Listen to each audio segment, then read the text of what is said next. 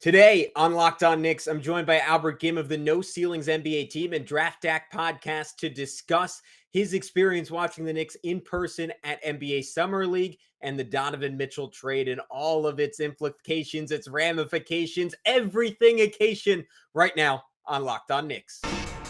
You are Locked On Knicks, your daily New York Knicks podcast, part of the Locked On Podcast Network, your team every day.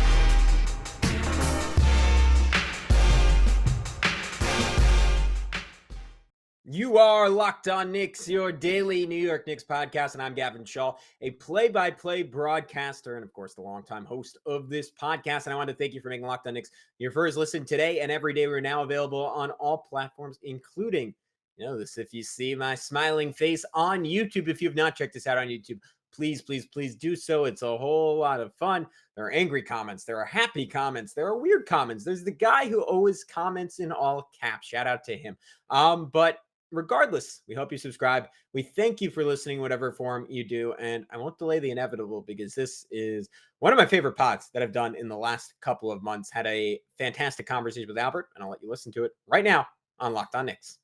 All right, guys, as promised, we are joined by Albert Ghim of the Draft Deck podcast. Of course, No Ceilings NBA writer, a two-time guest now. But Albert, you just told me this week you became a first-time Las Vegas Summer League participant. I was telling you before, I'm jealous.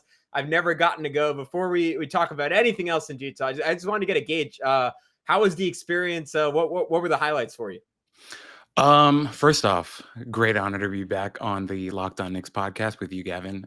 Really excited to be here, but did want to say, it was an unbelievable experience. I think the best way to put it is if you love basketball, if you love the NBA, you need to be at Summer League at least once, or maybe more. It was an unbelievable experience for me. I remember the first day we got there, we were standing outside. We're just waiting to get in.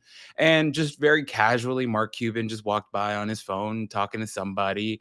And he was just standing around. And it was an unbelievable experience. And then we walk in to the arena. And then I saw, I don't know if our listeners may know, but Jesse Lingard, who is a soccer player over in England who plays for Manchester United. Oh, wow. He was there with his posse. And then we saw Dikembe Mutombo, Nazr Mohammed, just the list goes on and on it's crazy because it's the whole league, all of the NBA, and it feels like both past and present, just there in one central location. Also, one of the coolest things, Scoot Henderson, who's in contention to be the number one pick next year, he was just sitting next to us in the crowd. He was just there amongst the people, and a lot of people didn't even know who he was. And so That's what I mean. It's like past, present, and future of the NBA all in one central location was really, really cool. It's almost like it's NBA Disney World, basically. But right. except it's not people in costumes. It's like, oh, that's that guy.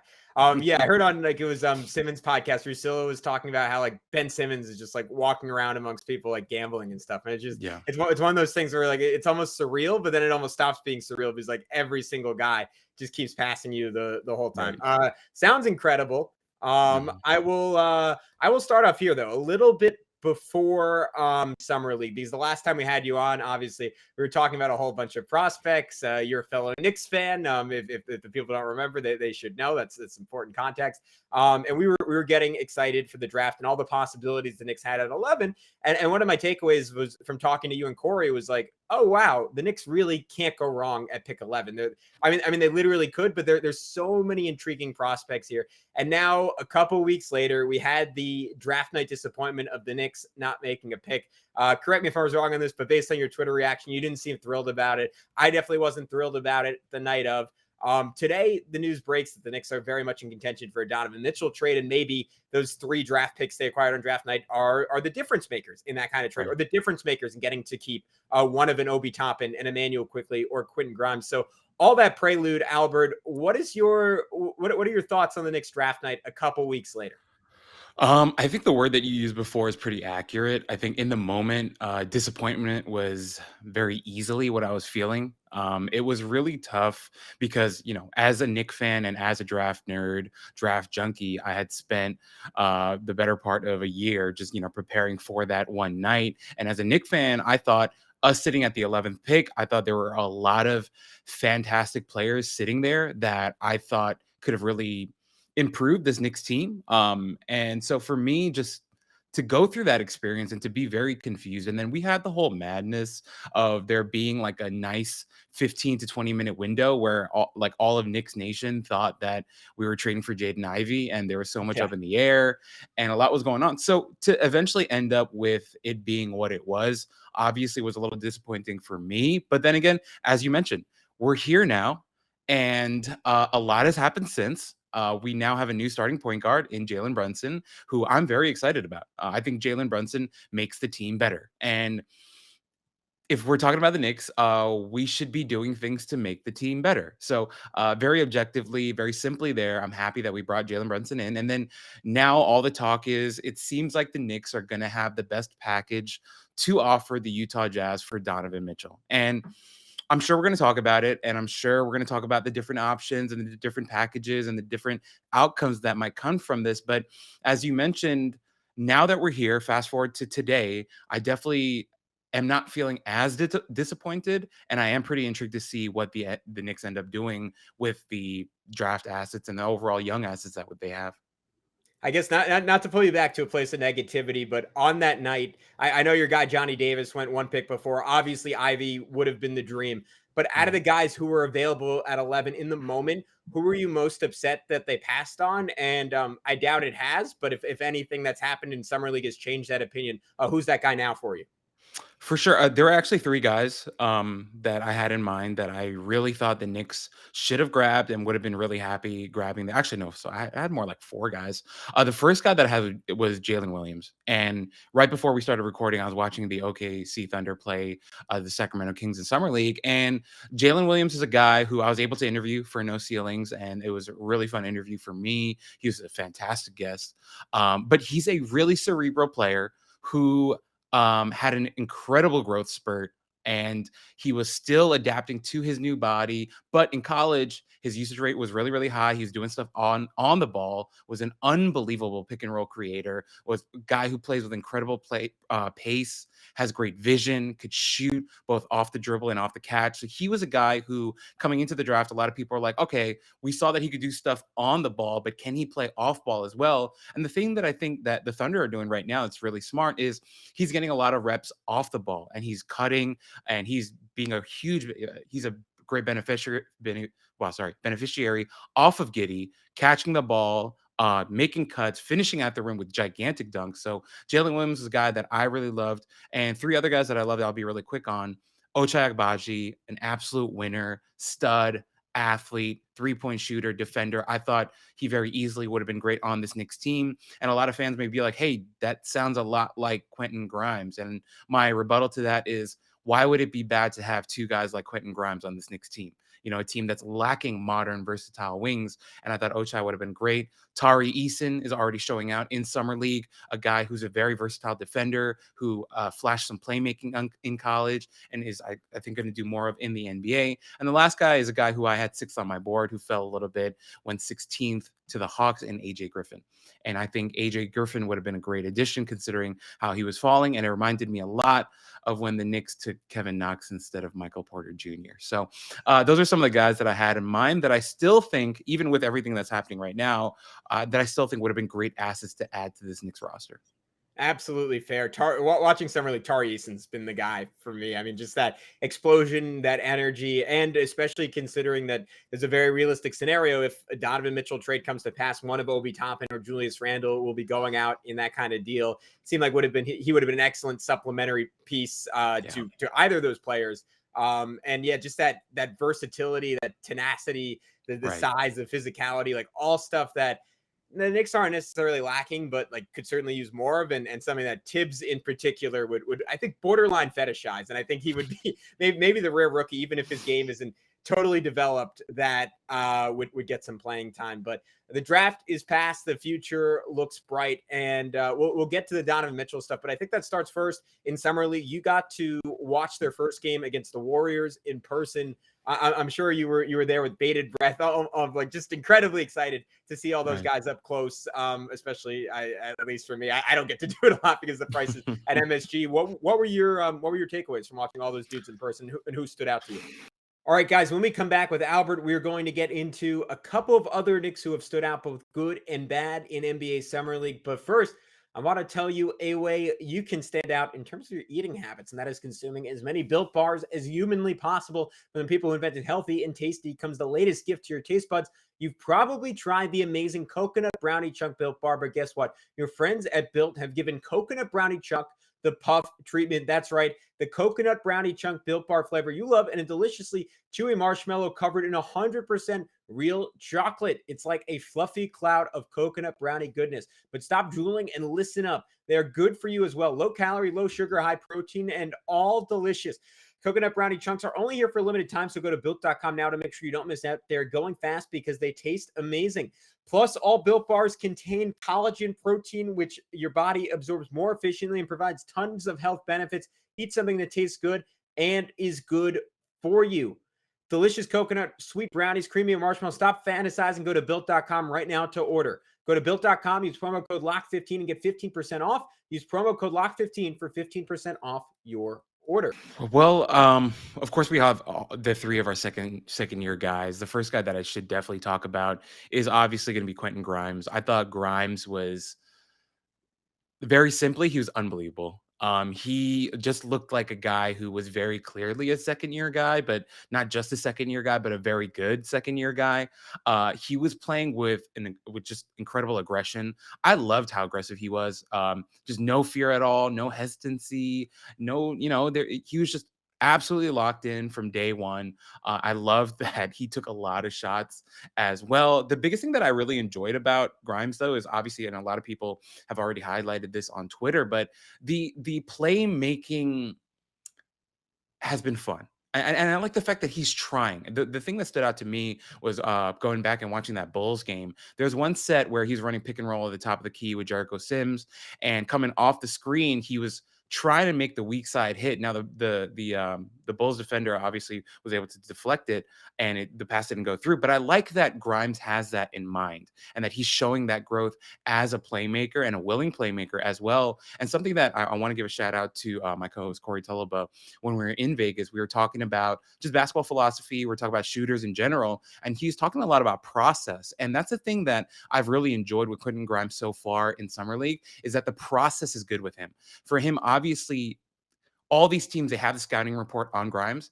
They know he's a great shooter. They know that they have to get out to him as a shooter. So Grimes is now leveraging that, where he'll hit a three, maybe he'll hit two in a row, and the next possession off the catch, it's either a head fake, pump fake, and he's going to the rim to either create for himself or to create for a teammate or to grab a foul, right? And so the biggest thing that I guess the first person that I wanted to talk about obviously was Grimes, because he's really showing out, and of course, the defensive stuff is just phenomenal with him. So he's been kind of in my opinion, the shining star for the Knicks so far in Summer League. Yeah, this is a very lofty name to invoke, and I don't think there's anything close to a player comp there, because this guy's in a different stratosphere. But I was lucky enough, like my junior year of college at Arizona State, 8 blocks away from the name is always changing, but where the Suns Arena. It was Devin Booker's rookie year, and with Grimes, I just see a lot of similar confidence. Where the Knicks clearly told him going into this Summer League, hey, you're going to be the number one guy. It's almost, I made this reference in another podcast, but it's reminiscent of like when Miami, I think they'd make Duncan Robinson run or do push-ups whenever he like skipped taking like a wide open 30-footer.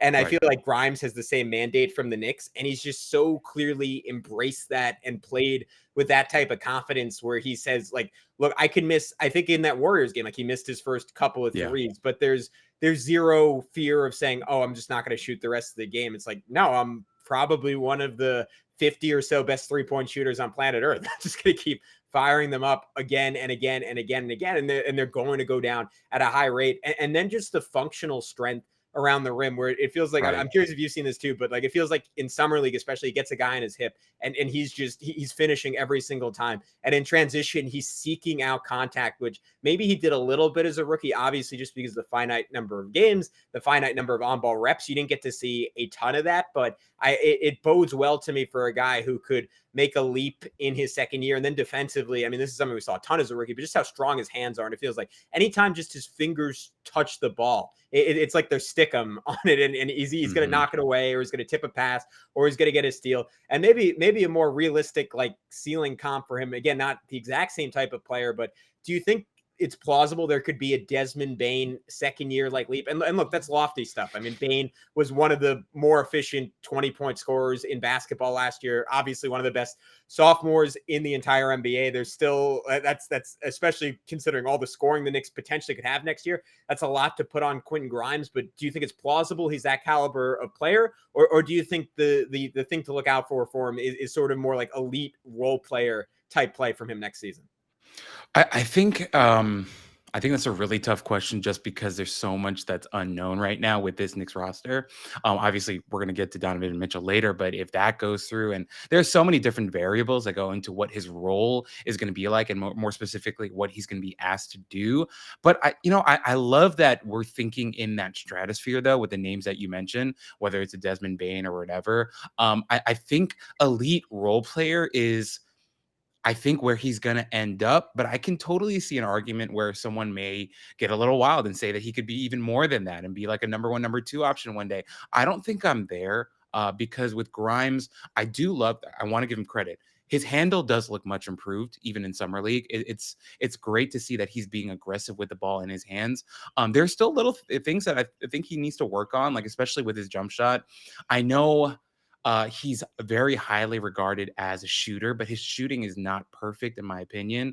Even coming out of college, I was really critical of him, because when you watch his misses, all of his misses were coming from when he was shooting on the way down, and he was missing short on a lot of his jumpers. And that's something that you still see in Summer League as well. But the thing that I do like that you mentioned earlier is transition and the pace, right? The Summer League Knicks are playing with great pace. And I think a big part of that is they've empowered Jericho Sims to grab and go. And that's something that's been a nice, really interesting wrinkle with this Summer League Knicks team, in that Sims is grabbing and he's flying in the air for these rebounds, and he's running it up the court and getting the Knicks pushing and attacking the defense before they're actually set. So watching Grimes play with that type of freedom and pace and aggression has been a lot of fun. But ultimately, what his production is going to be like in year two, I think, is going to be heavily dependent on how this roster kind of shakes up.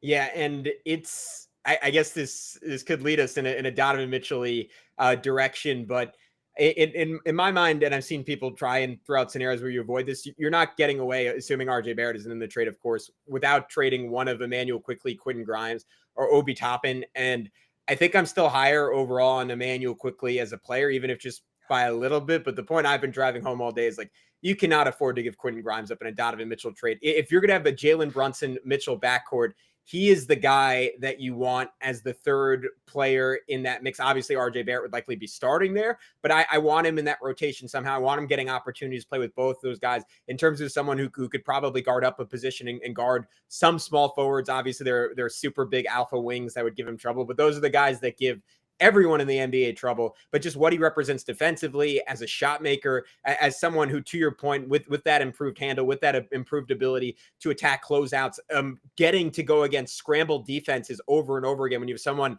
like Donovan Mitchell who can put defenses in a bind that, I don't know, the Knicks haven't had since you could say Melo, you could say Marbury, you could say even further back than that. Like, he's someone who I think, playing off of that kind of talent, if the Knicks are theoretically able to get him, can really, really, really benefit, both just as an off-ball shooter, but also someone who can attack and make the next pass. But I want to touch on another Knicks Summer League guard, Albert, and that is Deuce McBride, who has sort of flashed the skills that made him dominant in the G League last year, namely like elite pull-up shooting, fantastic point of attack defense, but also to some extent, and look, you could go to the second half of that last game they had, and he was showing bits and pieces of this, but still seems to struggle a bit in terms of his confidence driving to the rim. What did you see from him in person, and what have you seen from him watching the last couple of games on television? I think overall, it's really funny when you start to juxtapose Grimes with McBride. I wouldn't go so far as to say that they're polar opposites or like miles and miles away from each other. But the best way that I would characterize McBride as a prospect is he's still a little rough around the edges. I think Grimes is a little bit more polished, a little bit more ahead in terms of being ready to be a producer and a contributor to like a playoff contending type of team. But with McBride, he's definitely still rough around the edges. And I think the biggest area where we see that is in his decision making. I like that he is a willing passer. I love that. However, in my opinion, I think some of the reads that he's making are a little bit on the slower side. And because he's a little bit slower with the processing and the reads that he's making, he ends up trying to compensate with the slower reading of things by zipping passes into tight windows. Now, sometimes it works, right? And sometimes you get a really nice highlight worthy type of play. But also a lot of times when you're slow in your processing and you're reading and you try to overcompensate with velocity on passes and trying to make something out of nothing, you end up with mistakes and you end up with turnovers and you end up leading to things that are, not ideal. And so that part of his game, I think he's still a little rough around the edges for sure.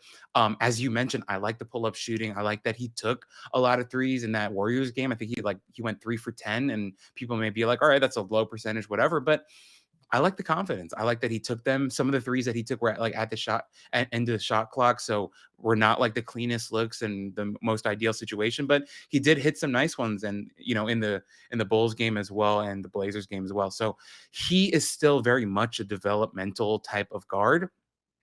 But the interesting thing for me that I did want to talk about was, for as good as McBride has looked and, he's developing, there's another guard on that Knicks team in Summer League that Knick fans should be really intrigued about, and that's Jan Montero. Jan Montero is a guy that maybe a lot of Knick fans are not very familiar with, but he's a guy who played internationally in Spain and then played in the Overtime Elite this past season and then entered into the draft, ended up going undrafted. But I can tell you this, he's a guy that I watched a little bit of before the draft.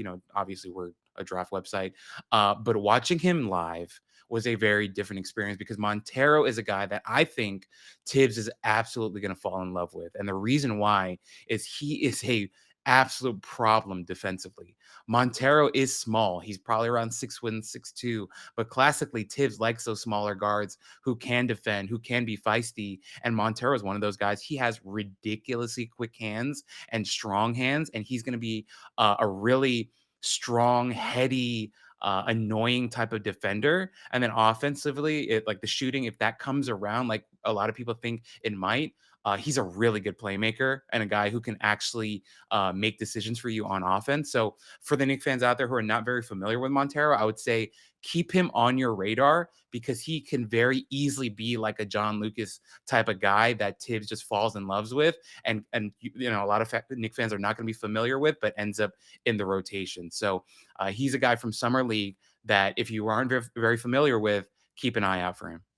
Yeah, I've been calling him Gene this whole time, so you could tell he's been unheralded, at least on this podcast. My apologies on that. But yeah, I've liked some of the flashes I've seen from him as well, and yeah, good name to know. Another one that you've mentioned is Jericho Sims, who to me, I mean, neck and neck with Quentin Grimes is the most impressive guy this summer league. I love the work that he did as a rookie, but it's clear that some of the tendencies we saw from him last summer league in a good way in terms of him being aggressive and trying to expand his game, that he just didn't get to flash in the NBA because he was playing limited minutes.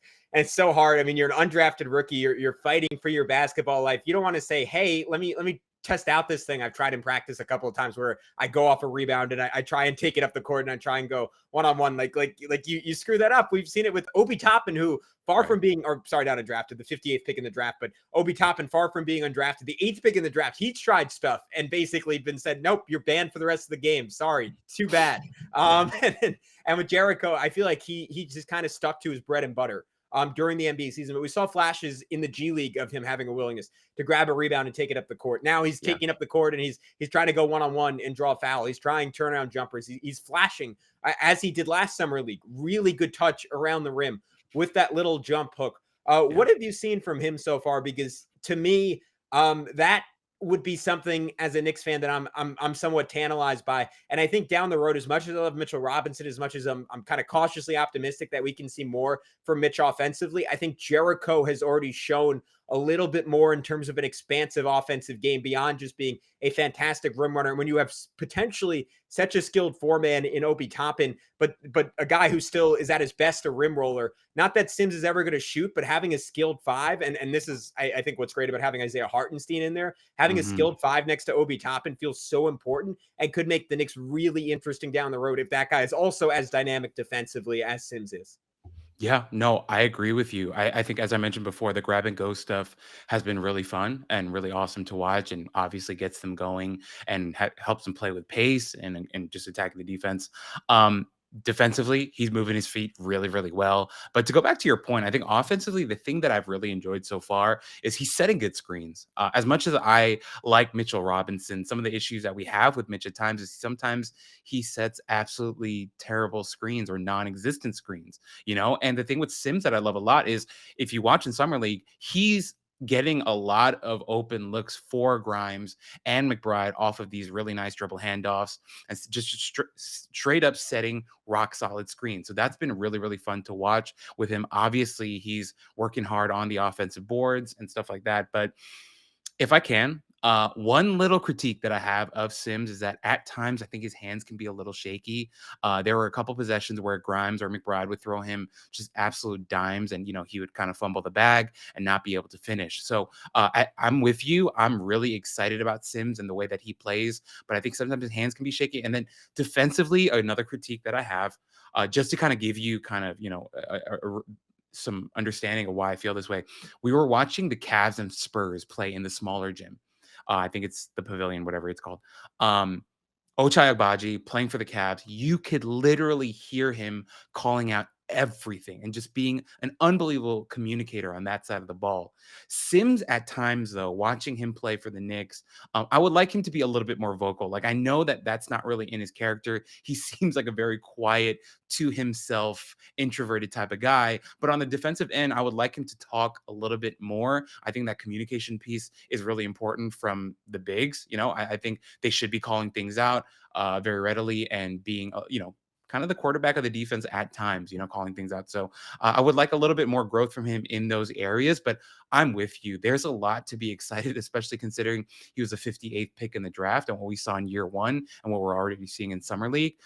He gets up in the air really effortlessly. And it's not just how high he's getting, but how quickly he gets there. So Sims has been an absolute delight to watch. So I agree with everything that you said.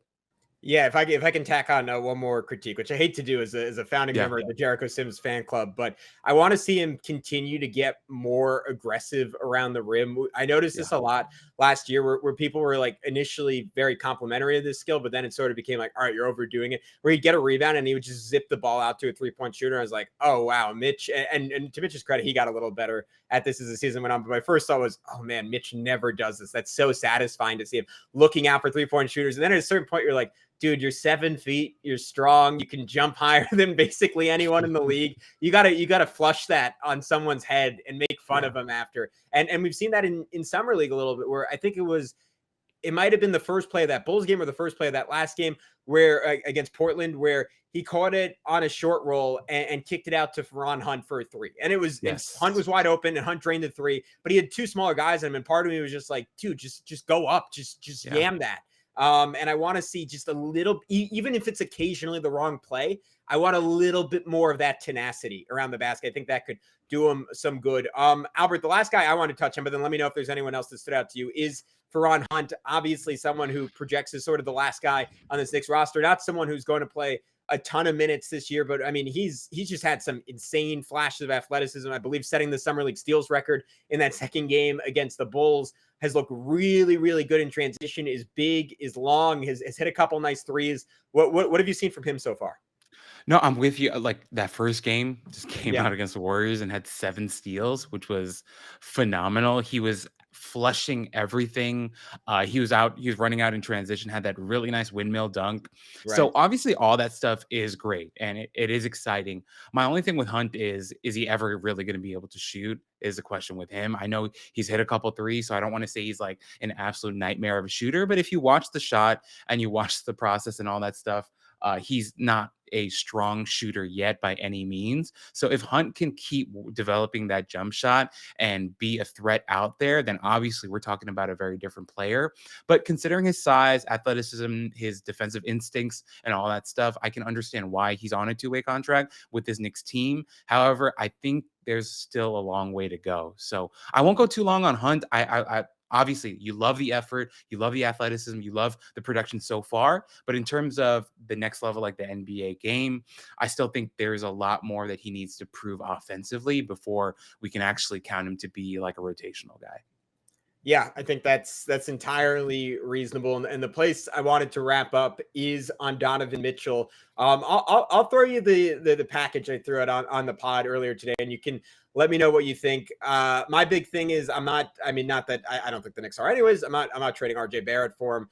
And I think you got to strike that perfect balance of, you don't want to give up all your picks, and you want to leave a team intact that is ready to compete. So what I had, and who knows if this gets it done, is Emmanuel Quickley, Julius Randle, Cam Reddish, the Knicks 2023 first round pick unprotected, the 2023 Dallas pick, the 2023 Wizards pick, the 2023 Pistons pick, the 2025 Bucks pick, the Knicks 2025 first round pick unprotected, and swap rights in 2026. And if you're the Knicks, you can look at that and say you're trading one really good young piece in Emmanuel Quickley. You're trading a mystery box in Cam Reddish. You're trading Julius Randle, who you probably don't want anymore. Anyways, Utah is probably looking to reroute Randle somewhere else for a first-round pick in that scenario. Or maybe that guy is Evan Fournier instead of Julius Randle in that position. And if you're the Knicks, you're only giving up two of your own picks. You're giving up one swap, and you walk away with a Donovan Mitchell. And part of me looks at that and says, all right, it's objectively maybe a little bit less than the Rudy Gobert return, which seems like too little on paper.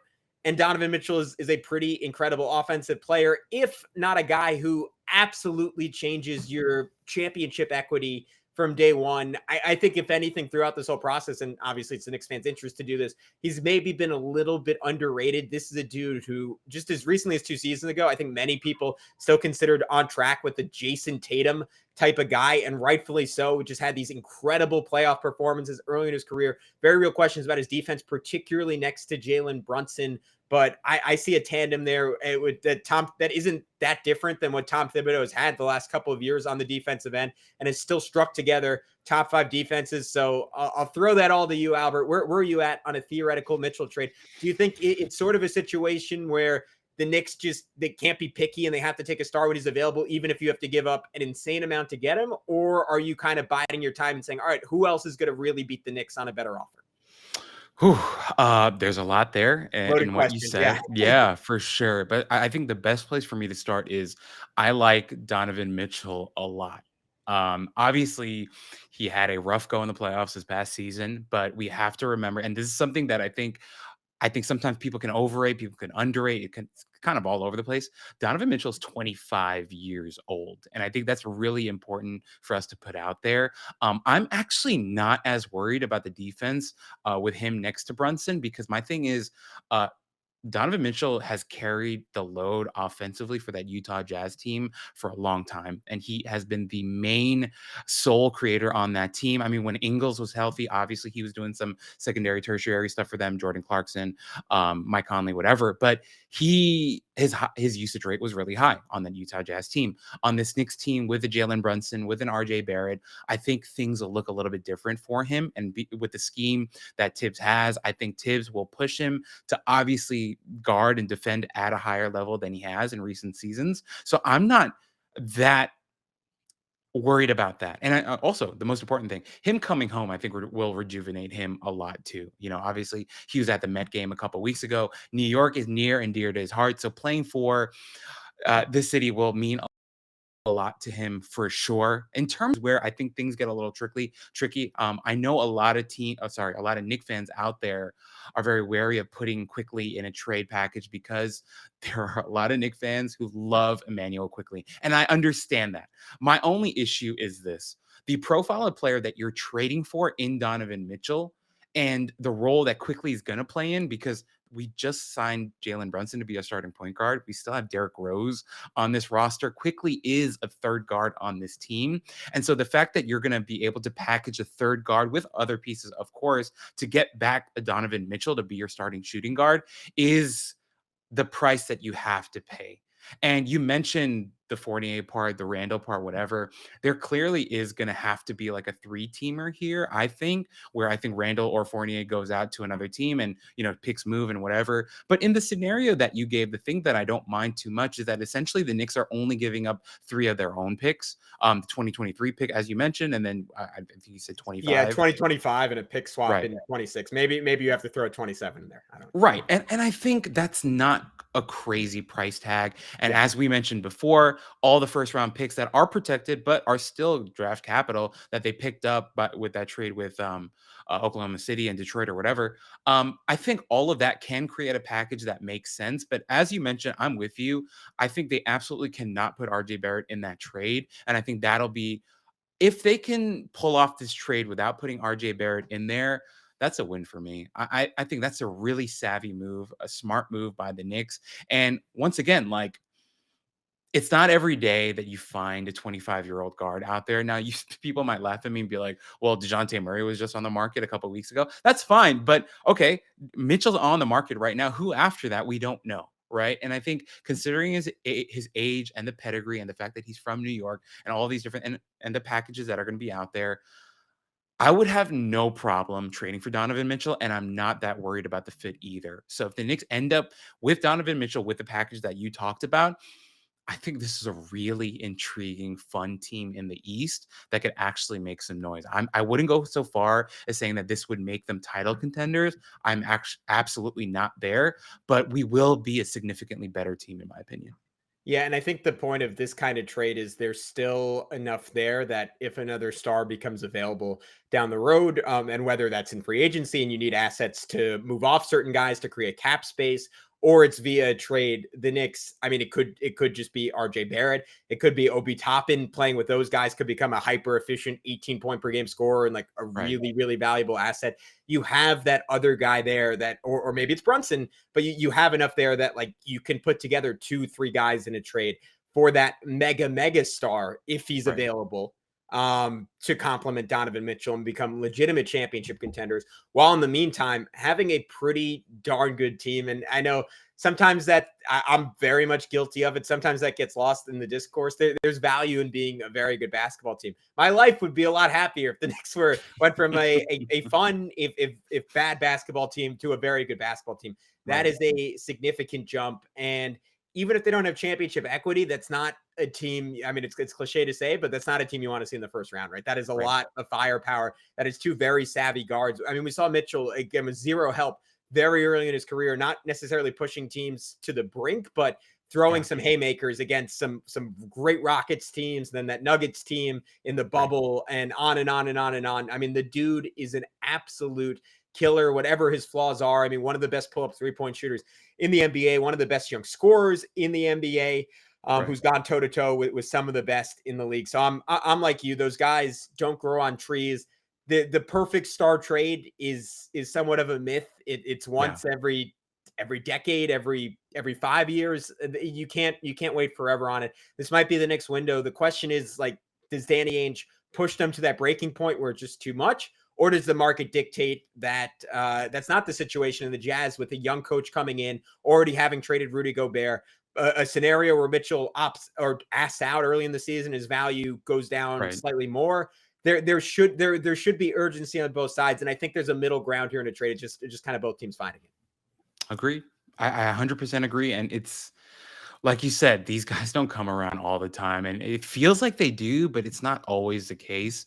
And so, look, we've stacked up these assets for a reason. Obviously, we have ties with Donovan Mitchell. I think it's going to happen. Honestly, like, if you were to ask me, is it going to happen? I'm starting to really believe that it might actually happen. And if it does, I think it'll be really, really exciting. I'll very quickly be buying my Donovan Mitchell jersey as soon as possible. And I'll be excited because, as you said, if the Knicks are a better team, then Knicks fans should be happy. And I know, like, we as Knicks fans love to be miserable, and we find ways to be miserable. But guys, like, if we can end up with Donovan Mitchell, we should be pretty excited about it. And as you said, you got to give up good to get good is how the world works. It's not just basketball. The world works that way. It's very hard to get good without giving up anything. So the Knicks are going to have to give up some assets here, but Mitchell is a great bet to take because, as I mentioned, he's really good and he's only 25.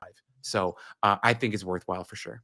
All right, Albert, I hope to see you in that Mitchell jersey next time you're on the podcast. But before I let you go, man, can you tell everyone where they can find all of your great work? And I said it last time you and Corey were on. I said last time Corey was on. I mean, No Ceilings, turning out some of the best draft coverage out there, period. You and Corey, huge parts of it. Loved having you on last time, loved having you on this time. But one final time, where can people find all the great work you guys do? Yeah, for sure. You can find us on Twitter at No Ceilings NBA. We have our YouTube channel as well. No Ceilings TV is where you can find us, and then our Substack, is available as well. I'm on the Draft Stack NBA podcast with Corey. That's a pod that we do every week. We're actually off this week because Corey and I just got back from Vegas, and our wives need to spend more time with us. And so I'm kind of breaking the rule here and snuck away to do this pod with you really quick. But it means a lot. I'm always willing to jump on with you guys in the Locked On Knicks podcast. We love what you guys are doing. Me being a Knicks fan my whole life, to be able to be a guest on a Knicks podcast is always surreal and very humbling. So I love being on, and I can't wait to be back with you. All right. Thanks so much, Albert. And thanks to all of you who tuned in. We will be back with much more coverage, maybe a couple of special guests, including maybe our boss, David Locke, Utah Jazz broadcaster, who talked some crap about a Donovan Mitchell trade last time around. We'll see if he wants to come back on now. We're trying to get him, but we'll talk to you all soon. Until then, be good. Peace out. Enjoy the rest of your week.